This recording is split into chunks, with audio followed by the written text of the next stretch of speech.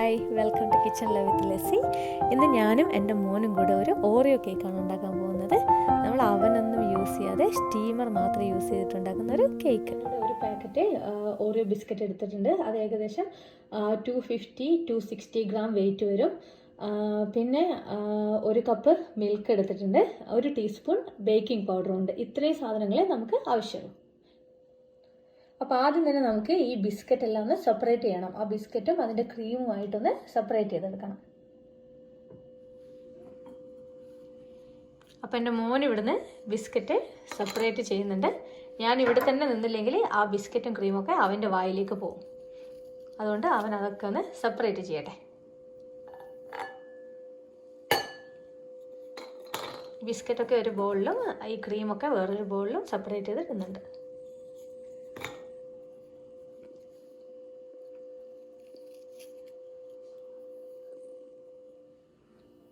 ഇനി ഈ ബിസ്ക്കറ്റൊക്കെ ഒരു മിക്സിയുടെ ജാറിലിട്ടിട്ടൊന്ന് പൊടിച്ചെടുക്കാം.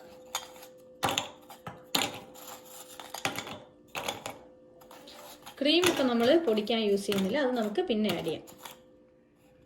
ബിസ്ക്കറ്റ് ഇവിടെ പൊടിച്ചു കൊണ്ടുവന്നിട്ടുണ്ട്. ഇനി നമുക്കത് പാലൊഴിച്ചിട്ട് മിക്സ് ചെയ്യാം.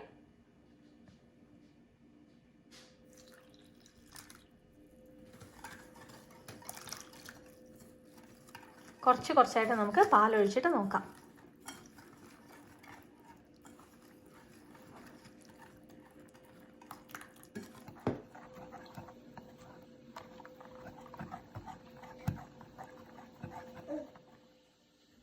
ഇനി ഇതിലേക്ക് ആ ക്രീം കൂടെ ചേർത്ത് നമുക്ക് മിക്സ് ചെയ്യാം.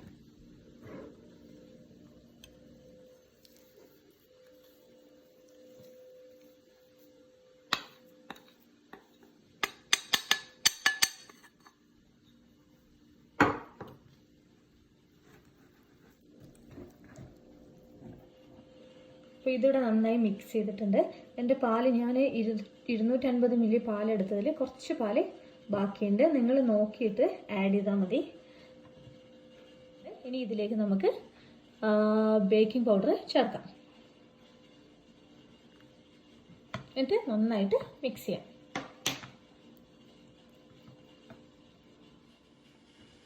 ഇനി ഇത് നമുക്ക് ഒരു കേക്ക് ടിന്നിലേക്കോ വേറൊരു പാത്രത്തിലേക്കോ ഒഴിച്ചിട്ടൊന്ന് സ്റ്റീം ചെയ്യാം. അപ്പോൾ ഞാനിവിടെ ഒരു ചെറിയൊരു പാത്രം എടുത്തിട്ടുണ്ട്. എൻ്റെ കയ്യിലുള്ള കേക്ക് ടിൻ വലുതായതുകൊണ്ട് ഞാൻ ഇതാണ് എടുക്കുന്നത്. ഇതിൻ്റെ അടിയിൽ ഞാനൊരു ബട്ടർ പേപ്പർ, അതായത് പാർച്ച്മെൻറ്റ് പേപ്പർ വെച്ചിട്ടുണ്ട്. സൈഡിലൊക്കെ എണ്ണ തടവിയിട്ടുണ്ട്. ഇനി ഇതിലേക്ക് ഒഴിച്ചു കൊടുക്കാം.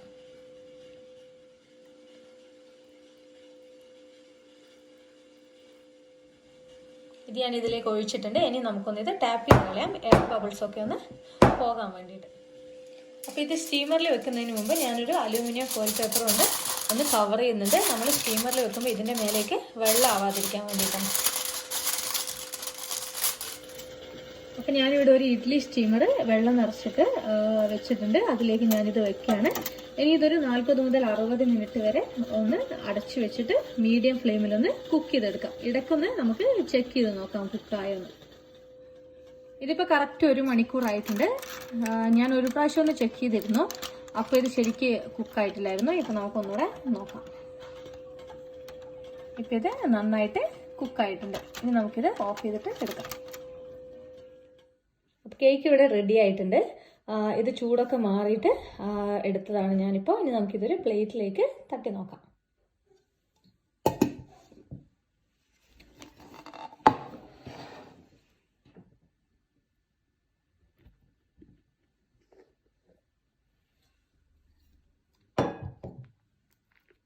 നമ്മുടെ നല്ല അടിപൊളി കേക്ക് ഇവിടെ റെഡി ആയിട്ടുണ്ട്. ഇത് ഇതേപോലെ കഴിക്കാനും അടിപൊളിയാണ്. നിങ്ങൾക്ക് വേണേൽ ചോക്ലേറ്റ് ഒക്കെ മെൽറ്റ് ചെയ്ത് ഡെക്കറേറ്റ് ഒക്കെ ചെയ്യാം ഇതേപോലെ. എല്ലാവരും ട്രൈ ചെയ്ത് നോക്കുക. കൂടെ മറക്കാതെ എൻ്റെ ചാനലും സബ്സ്ക്രൈബ് ചെയ്യണേ.